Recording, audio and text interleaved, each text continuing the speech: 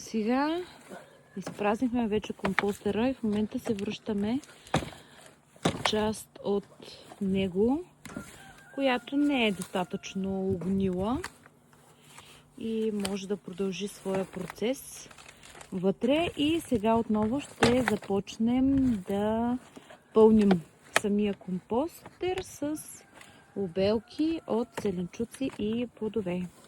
Така, когато връщаме една част от компоста, самото гниене започва да става по-бързо. Самия процес се ускорява.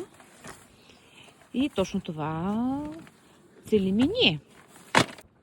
Готови сме сега и слагаме вече вратичката на компостера и, както казах преди малко, започваме да го пълним отново. А сега последната количка да я занесем в градината и да започнем да